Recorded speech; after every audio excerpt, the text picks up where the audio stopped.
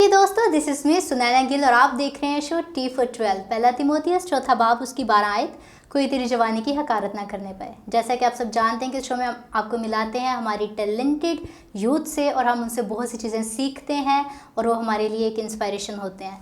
तो जी हाँ दोस्तों, हमेशा की तरह आज भी हमारे साथ बहुत ही टैलेंटेड पर्सनैलिटी हैं और हम उनसे बातचीत करेंगे। और सबसे पहले मैं उनके बारे में आपको बताती चलूँ कि वो वर्शिपर हैं, वो अपनी आवाज़ से खुदा के नाम को जलाल देते हैं। इसके साथ साथ वो मेडिकल में स्टडी भी कर रहे हैं पंजाब यूनिवर्सिटी से। और उनके जो मशहूर गीत हैं उनमें से गवाही, यज़दा उतरा है, शुक्रगुजारी बहुत ज़्यादा मशहूर हैं, लोग उनको बहुत सराह रहे हैं। तो जी हाँ दोस्तों, हमारे साथ जो पर्सनैलिटी मौजूद हैं उनका नाम है सिलास सरवर। सिलास, हम आपको हमारे शो में वेलकम कहते हैं। बहुत शुक्रिया टी फॉर 12 में आने का। सबसे पहले तो कैसे हैं आप, ये पूछना चाह रही हूँ। मैं बिल्कुल ठीक, आप कैसे हैं? मैं बिल्कुल ठीक हूँ, बहुत हैंडसम लग रहे हैं आप। और कैसा जा रहा है आपका 2023? या थैंक्स टू गॉड, इस साल के लिए भी और गुजरे सालों के लिए भी खुदा का शुक्र है। और कैसा गुजरा आपका 2022? स्ट्रगल में। हाँ। और आप ये कह लें शुक्रगुजारी में, नए एक्सपीरियंसेस में और नई चीज़ों को अचीव करने में। ओके। खुदा का और शुक्र। 2023 में आपने क्या अहद बांधा है कि आप किस तरह से अपने 2023 को देखना चाह रहे हैं? देखें, अहद तो बहुत से होते हैं, हर नया साल जब आता है बंदे के बहुत सारे अहद होते हैं, लेकिन एक जो मेन प्रायोरिटी ज़िंदगी में रखी है, चाहे साल बदलते जाएं लेकिन वो प्रायोरिटी अपनी जगह पे रहेगी जब तक जिंदा हैं हम। तो वो प्रायोरिटी तो यही है कि हमने खुदावंद की उस गवाही को, उस खुशखबरी को लोगों तक पहुंचाना है और वही मेन अहद है आपकी। वर्शिप। बिल्कुल एग्जैक्टली। ओके, तो आप के बारे में हमने गीत सुने हैं, आपके बारे में पहले सुना भी है। आप के गीत काफ़ी चैनल्स पे चलते भी हैं और हमारे व्यूवर्स भी आपको जानते हैं।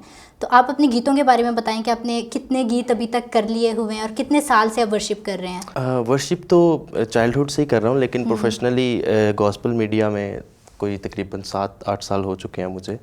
और बहुत से गीत हैं जिनसे खुदावंद ने मुझे इस्तेमाल किया और लोगों तक इस खुशखबरी को पहुंचाने का मौका मिला है और बहुत सारे लोगों ने बरकत को रिसीव किया है। खुदावंद की शुक्रगुजारी है इस बात के लिए। और यकीनन काम में मसरूफ़ हैं उसके और चलता रहेगा ये सिलसिला। अच्छा सिलास, बहुत अच्छी बात है, आप इतने टाइम से आप वर्शिप कर रहे हैं। अब अभी तक आपने कितने सॉन्ग्स कर लिए हैं? अभी तक कोई आई थिंक 12 से 13 सॉन्ग्स हो चुके हैं और कुछ पे वर्किंग अभी तक जारी है। अच्छा, और आप जैसे मेडिकल की स्टडी भी कर रहे हैं तो अपनी वर्शिप लाइफ के साथ, क्योंकि वर्शिप करना भी एक ना बहुत टफ आपका है, बहुत टाइम टेकिंग भी है और इसके लिए बहुत प्रैक्टिस चाहिए होती है, रिकॉर्डिंग्स होती हैं, फिर उसके बाद ऑडियो वीडियो, फिर आप तो म्यूज़िक कंपोज भी करते हैं, आप अपना स्टूडियो भी रन कर रहे हैं। तो इसके साथ साथ स्टडी को मैनेज करना बहुत टफ होता है। तो आप किस तरह से मैनेज कर रहे हैं अपनी स्टडीज़?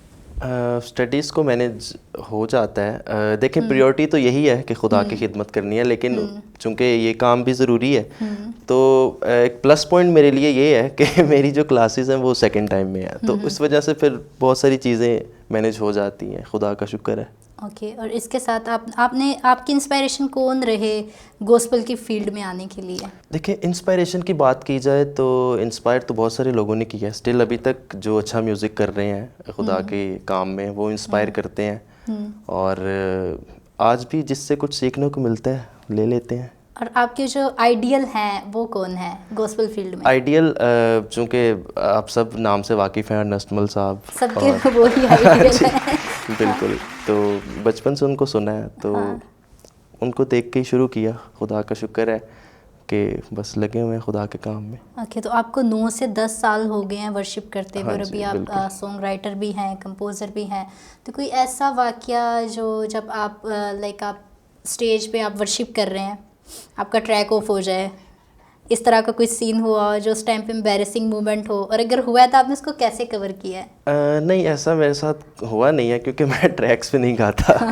मैं लाइव वर्शिप ही करता हूँ। तो एक दो बार ट्रैक पे गाया भी है लेकिन ऑफ कभी नहीं हुआ। मेरे साथ हो चुका है ऐसे, इसलिए मैं पूछी थी, शायद आपके साथ भी हुआ हो। नहीं, मेरे साथ अभी तक तो नहीं हुआ। अच्छा, इसके अलावा एक और चीज़, जब आपके पास समटाइम्स ऐसा होता है ना, जैसे आप रिकॉर्डिंग्स कर रहे हैं, स्टूडियो में बैठे हुए हैं, तो कोई ऐसा इंसान कोई सिंगर आता है, वोकलिस्ट आता है जो गाने लगता है लेकिन उसकी आवाज़ जो है वो ना काबिले समायत नहीं होती, लेकिन फिर भी आपको उसको बेहतर करना पड़ता है। ऐसे कुछ एक्सपीरियंसेस आपके साथ आए हैं? एक्सपीरियंसेस बिल्कुल ऐसे भी आए हैं, लेकिन चूंकि हमने अपना बेस्ट देना होता है तो इस चीज़ को पीछे रख के हम काम करते हैं। अच्छा।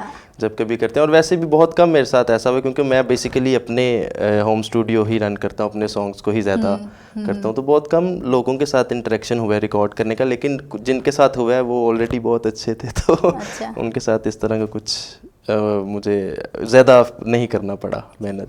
तो अभी आप बहुत यंग हैं, आप देखें आपने काफ़ी टाइम, अगर आप पीछे जाएं 8-9 साल आपने तब से वर्शिप स्टार्ट की, तो आप ख़ुद को आने वाले सालों में कहाँ देखते हैं? अगर आप अपनी प्रोफेशनल लाइफ को भी लेके चल रहे हैं, अगर आप अपनी गॉस्पेल लाइफ को भी देख के चल रहे हैं, तो ख़ुद को आने वाले 2-3 सालों में कहाँ देखते हैं? देखें, ख़ुद को मैं इस चीज़ पे बिलीव रखता हूँ कि हमें अपने आप को नहीं देखना, हमें यीशु को देखना है। वो ज़रूरी, हाँ आप बिल्कुल ठीक कह रहे हैं, लेकिन इंसान का अपना एक मोटिव होता है, स्ट्रगल तो होना सी करनी है कि वो तो फिर रात निकल बिल्कुल स्ट्रगल तो है, ऑब्वियसली स्ट्रगल कर भी रहे हैं और होती भी है हर इंसान की लाइफ में। लेकिन एक आयत खुदा के कलाम में लिखी है जो कि जिसने हमेशा इंस्पायर किया है मुझे, कि जब हम फरोतनी के साथ उसके हाथ के नीचे रहते हैं तो वक्त आने पर हमें सर बुलंद करता है। तो वो जानता है कि किस वक्त किसको सर बुलंद करना है। तो हमारा काम यह है कि हम स्ट्रगल में रहें, बाकी डिसाइड करना उसका काम है, उसने कहाँ पहुँचाना है। तो आपके जब मेडिकल कंप्लीट हो जाएगा, अभी आप किस सेमेस्टर में हैं? सेकंड सेमेस्टर में। तो जब मेडिकल कंप्लीट हो जाएगा तो तब आप इसी फील्ड में रहोगे, प्रायोरिटी आपकी गॉस्पेल ही रहेगी, या फिर आप मेडिकल में जाओगे, या दोनों को मेंटेन रखोगे, बैलेंस्ड रखोगे? फ़िलहाल प्रायोरिटी है ही ये। हाँ, मैं ये कहूँगा बिल्कुल म्यूज़िक ही प्रायोरिटी है, इसको ही आगे लेके चलना है। आप ये कह सकते हैं medical is just another option, जो मेरे साथ साथ रहेगी। ऑलराइट। सिलास, अभी हमने आपकी गॉस्पेल लाइफ के बारे में जाना कि आपने कब से स्टार्ट किया। अच्छा, कुछ मूवमेंट भी पूछना चाहे, निकलवाना चाहे मैंने आपसे, लेकिन आपने नहीं बताया। कोई मसला नहीं। आपकी ज़िंदगी का कोई ऐसा कोई फ़नी मूवमेंट जो आपको अभी तक याद हो, जिसको आप अभी भी याद करके एंजॉय करते हो? ये सोचने वाला क्वेश्चन है सोचना पड़ेगा मुझे। फ़नी मोमेंट्स बहुत सारे हैं, इवन रिकॉर्डिंग के दौरान भी बहुत सारे फ़नी मोमेंट्स हैं, और वीडियो के दौरान भी बहुत सारे फ़नी मोमेंट्स हैं। ये तो मुझे भी पता है, बताना है क्या है? बताना ये है कि एक सॉन्ग था गवाही, जो हम लोग सैंड्स होम मरी में शूट करने गए थे। मैं और इरफान भाई ने वो शूट किया था, इरफान जुगनू, आप सब नाम से वाकिफ़ होंगे।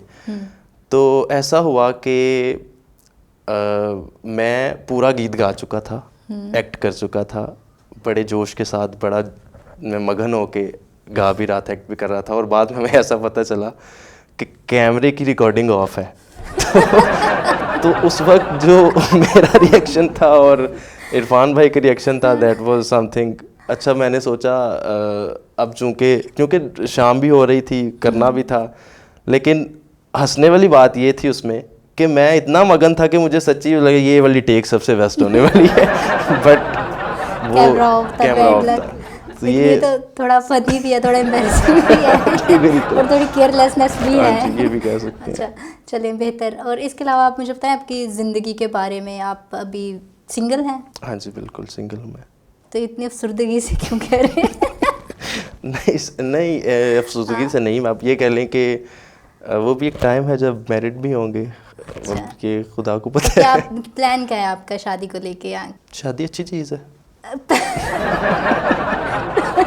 प्लान क्या कब करना अभी तो टाइम है। हाँ?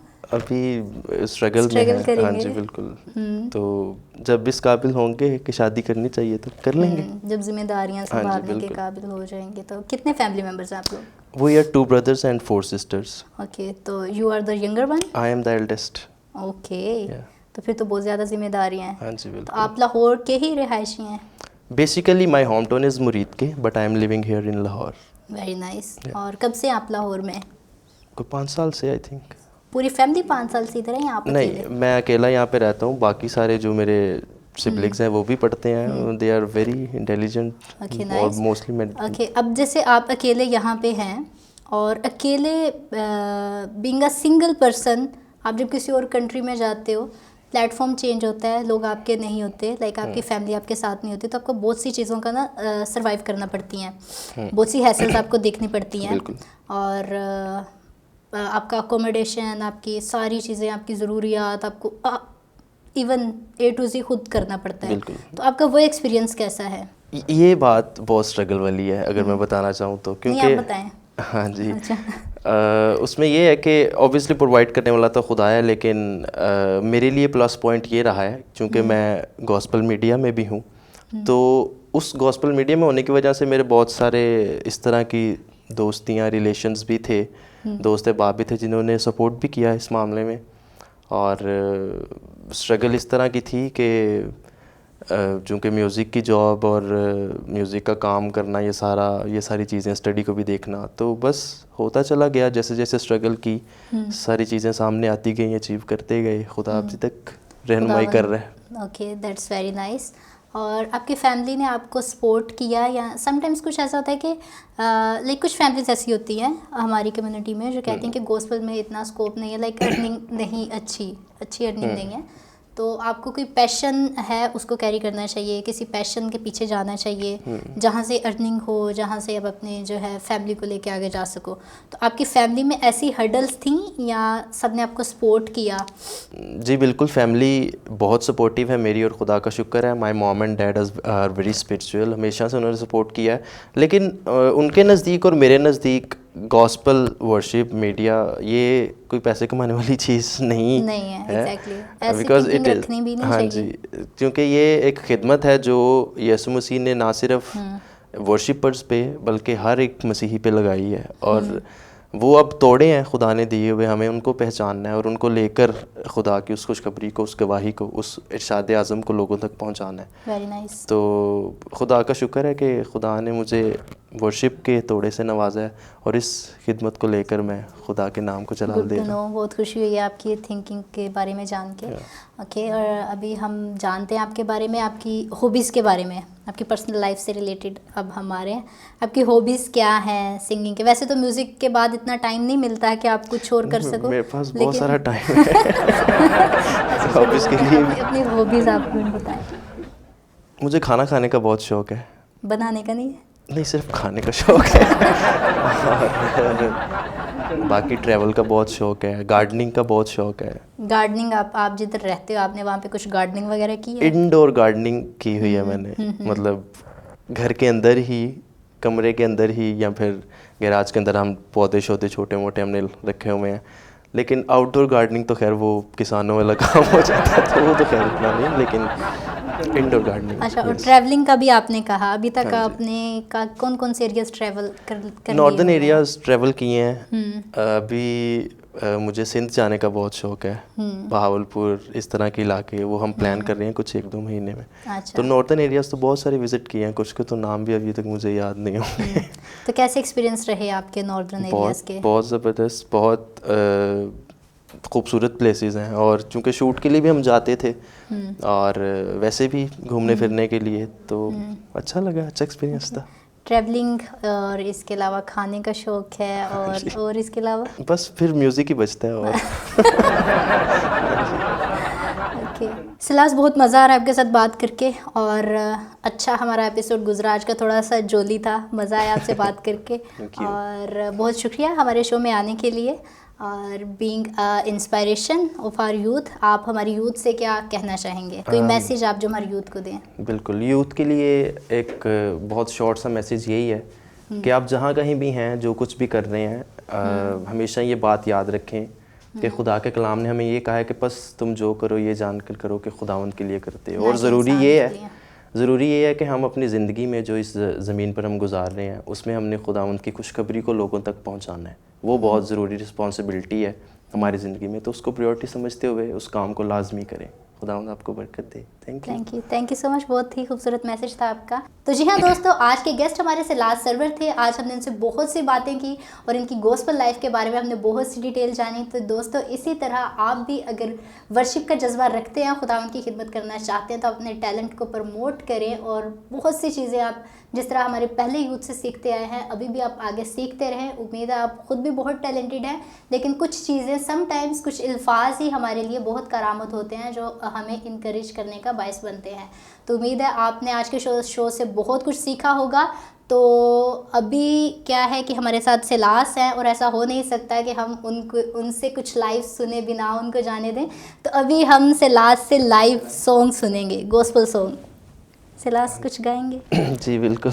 तेरी गवाही दवांगा, यीशु यीशु कवांगा, तेरी गवाही दवांगा, यीशु यीशु कवांगा, ए गल ही काफ़ी है, तू मेरा शाफी है, मैं तेरा ही रवांगा, गवाही तेरी दवांगा, गवाही तेरी दवांगा, मैं यीशु यीशु कवांगा, गवाही तेरी दवांगा।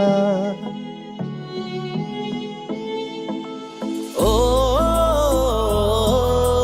ओ ओ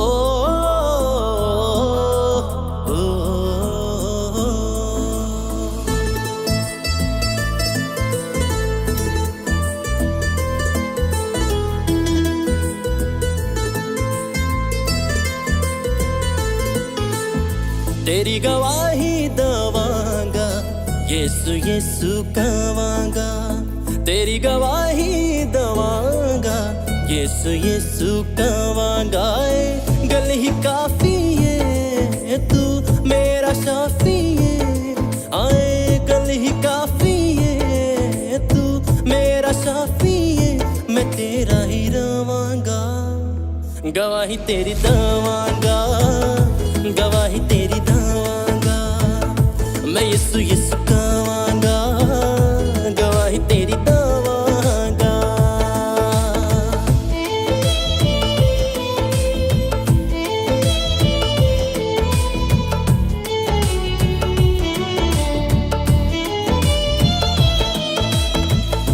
तेरियां बातां मेरे अंदर बलदी अग दे मानिंद ने, मेरे कोल होर जब्त नहीं हुंदा, सोचा तेरी जानिब ने, सोचा तेरी जानिब ने, तेरे कदमां च बवांगा, यीशु यीशु कवांगा, तेरे कदमां च बवांगा, यीशु यीशु कवांगा, गल ही काफ़ी है, तू मेरा शाफी है, मैं तेरा ही रवांगा, गवाही तेरी दवांगा, गवाही तेरी दवांगा, मैं यीशु यीशु कवांगा, गवाही तेरी दवांगा।